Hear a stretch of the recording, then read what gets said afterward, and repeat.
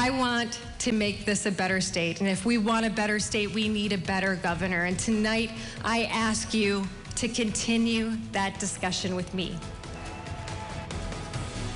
A projected winner in the Republican race for governor, Tudor Dixon, will face off against Governor Whitmer in November. We are live from her campaign tonight. Too close to call. Congressman Peter Meijer trailing John Gibbs with hundreds of thousands of votes still to count. We'll break down the latest in that heated race. Your primary night coverage begins now. From your local election headquarters, this is Michigan Primary Night on Wood TV. And good evening. Thanks for joining us tonight as we break down the results of the Michigan primary. I'm Brian Sterling. And I'm Susan Shaw. A major call early in the night. Tudor Dixon, the projected winner in the Republican primary for governor. But it is a different story tonight in the 3rd Congressional District. Incumbent Congressman Peter Meijer and John Gibbs are neck and neck. We do have team coverage for you tonight with reporters all across the state covering the candidates in both of those key races. But we want to start right here in studio with political reporter Rick Alvin. And Rick is breaking down the numbers for us tonight. It is pretty early. It was a pretty early call on that race for governor. Yeah, I would have never expected this race, not this race that has been so unsettled since the beginning. This race that's had so many twists and turns, that's had so many candidates that people had never really met. Yet at 9:30 or somewhere about there, we were getting information that the race was being called.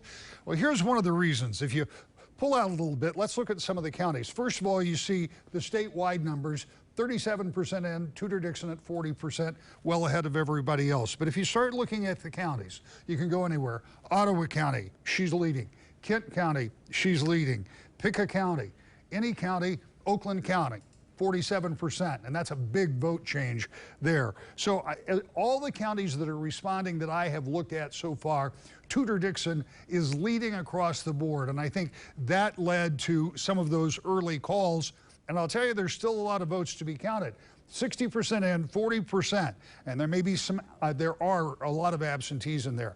We'll continue to watch this, but that trend has continued since the very first votes came in. So that's where we are tonight. This race has been called. It won't be official until the ballots are certified. They'll have to be done locally, and then they'll go to the state. So there are still some steps to go through. But right now, Tudor Dixon wins this race. We'll meet Gretchen Whitmer in the fall. Sue, Brian? Okay, Rick, thank you. Now, we want to get to our reporters out at campaign watch parties tonight. We want to begin with News 8's Whitney Burney, who is live in Grand Rapids at campaign headquarters for Tudor Dixon, the projected winner tonight. Whitney.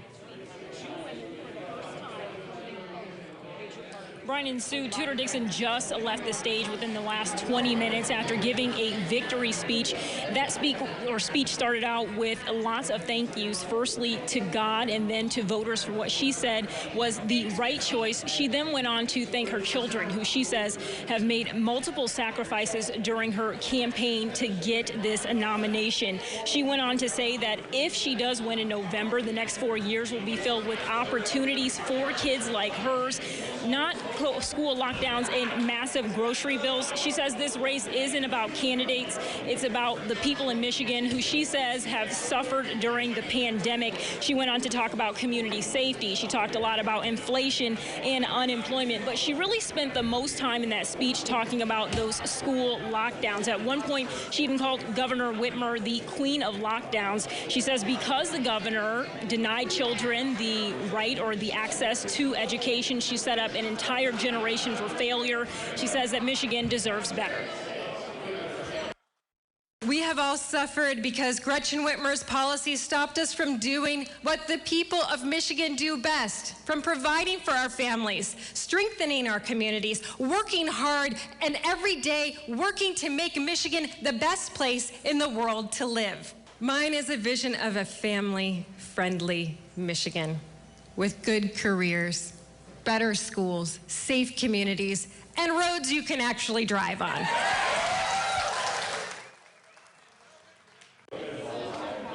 Now, Tudor also spoke a lot about businesses that had to shut down after COVID came through the state of Michigan and how Governor Whitmer's policies were a part of that. During her speech, there was a lot of applause throughout. There was a lot of cheer from the crowd. So clearly the energy is there. The support is there, at least from the folks here in this room. Now it'll be on the Republican Party to unite behind Tudor at the polls this November. Brian, Sue. All right, yeah, Whitney, we watched it live. It was an impressive speech. It was. Yep. Whitney, thank you for the live coverage. Our coverage continues now with News 8's David Horak. And he's live in Kalamazoo at a watch party for Garrett Saldano, who conceded about 90 minutes ago now. David?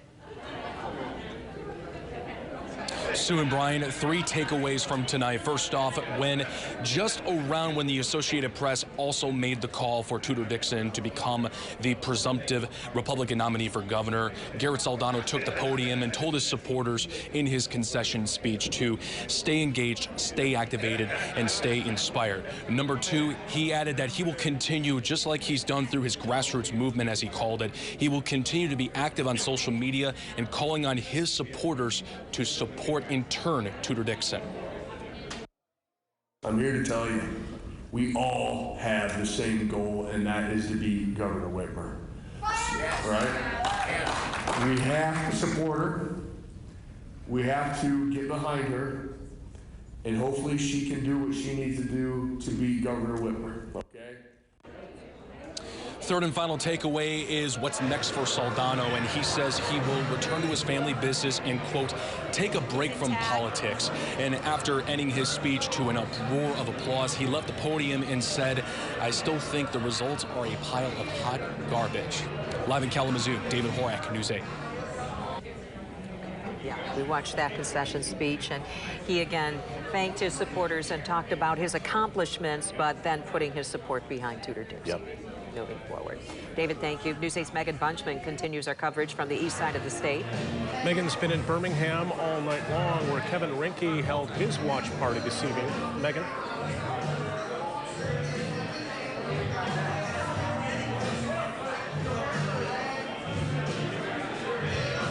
Good evening, Sue and Brian. The party is still ongoing at Kevin Rinke's watch party right now. Moods are high. The music is continuing to blare, despite the gubernatorial candidate conceding on Twitter about 30 minutes ago, just before 10:30. Now, in his tweets, he thanked his family and friends for their ongoing support, adding, quote, while tonight's results are not what we had hoped for, the people of Michigan have decided on another candidate. I caught up with a businessman and political outsider directly after he thanked his supporters earlier in the night. This is what he had to say about what's next for his political party. We need to look forward as a party. We need to stop the infighting as a party. And for the Republicans to take back and change the course that I believe America is going on, we need to have and do a better job of coming up with qualified candidates versus shiny pennies.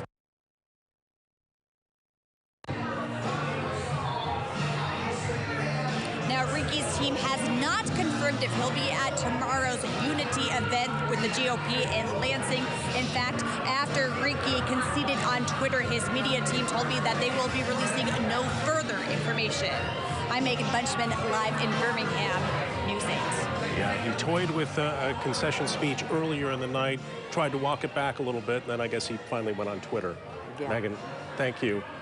Moving now to the 3rd congressional race. We've been watching this all night long. This is a very close race. These are the very latest numbers that we have in. And again, the percentages are very narrow. You're basically looking at a 51% lead to 49% with the incumbent Peter Meijer in the lead here. And Rinke is watching these precincts come in minute by minute. So these numbers have a tendency to change. But this, again, a very close race, too close to call. It is, with 59% of the precincts reporting. We do have team coverage tonight. Byron Tollefson is live at Gibbs campaign headquarters. But we want to start with Michelle DeSelms, who is live at Meijer's watch party tonight. Michelle? Yeah, still very much a waiting game here at Peter Meyer's watch party. People, of course, anxious for those numbers to come in, but they don't seem worried about it. They knew this was a close race going in. They knew it would take a long time for the votes to be tabulated, and they are here. They are dug in. They are prepared to wait as long as it takes. You know, going around and talking to some of these supporters, asking them why they are supporters of Peter Meyer, I heard a lot of they liked his honesty. They like his transparency. And I heard more than one person describe him as a real person. Again, they say they are very optimistic, not just for tonight, but also into November, hoping to hold on to this seat that Republicans have held since the early 90s. Of course, you guys, as you know, with the redistricting coming into November, it is also going to be a very close race again. But for now, they are just hoping to get those numbers. Like you said, the numbers have changed a little bit, and they do have that slight lead, hoping to hold on to that as the night continues. Very close race indeed. Michelle, thank you. And our team coverage continuing now with News 8's Byron Tollefson. He's live in Wyoming, hearing from John Gibbs. Byron?